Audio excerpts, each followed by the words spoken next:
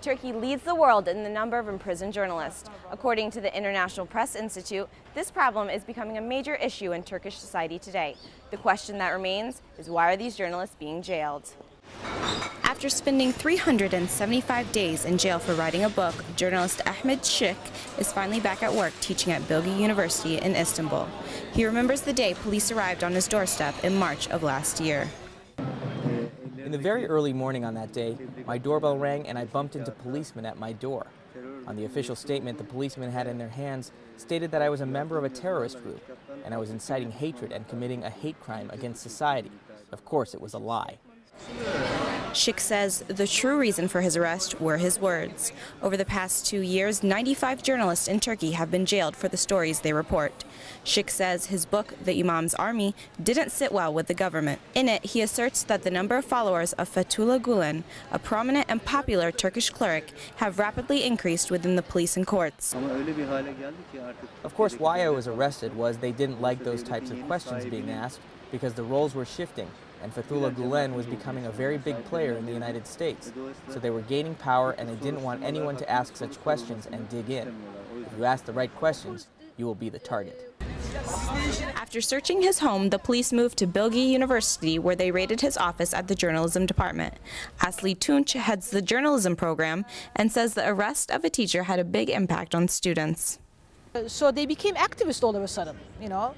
All the unexpected students who were totally apolitical became activists. The editor-in-chief of Today's Zaman, a newspaper affiliated with the Gulen movement, says Ahmet Sik's arrest has nothing to do with what he wrote about Fethullah Gulen. Ahmet Sik is not the first guy who wrote about Fethullah Gulen. Almost 50 people, 50 intellectuals, 50 journalists produced numbers of tens of books about Fethullah Gulen. But none of these guys have been prosecuted. So the story is, I think manipulated by these guys. The arrests of journalists like Ahmet Sik are having a chilling effect on other journalists and news organizations. There is a big self-censorship among those journalists. They are afraid to lose their jobs. Zainab Taha works for NTV, a privately owned TV station that is the Turkish outlet for MSNBC. There are some times when I want to make a news and we can't make it, or we just can't make it as we want. That makes me really frustrated, angry, unhappy, hopeless. It makes you very sad, really, and there's nothing you can do about it. Because you have to work, and you have to get the money, and you have to play according to the rules, and that's very bad. She says some of those rules include not showing images that portray Turkey in a poor light, or any reporting that is critical of the government. Taha says that media owners are constantly monitored to make sure they don't break these rules. When you just go out of these rules, they just give you punishment. In the past, the punishment was much stricter.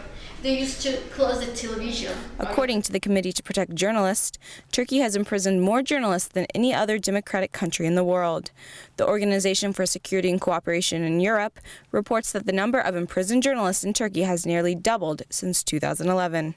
Cecil Ozergan is a journalism student at Bilgi University who still believes the press has a strong role to play in Turkey. When you are a media student, you are more interested about life. You are more you want to do something good for people, for the world, and that's why I feel that it's maybe a bit more idealistic, but I still believe that as a media students we can change people's minds, and that's why actually I chose to study media, and I still have a hope for Turkey's media. In a country filled with centuries of history and culture, some believe that there are still many challenges that Turkey must overcome. I'm Al-Hazza reporting.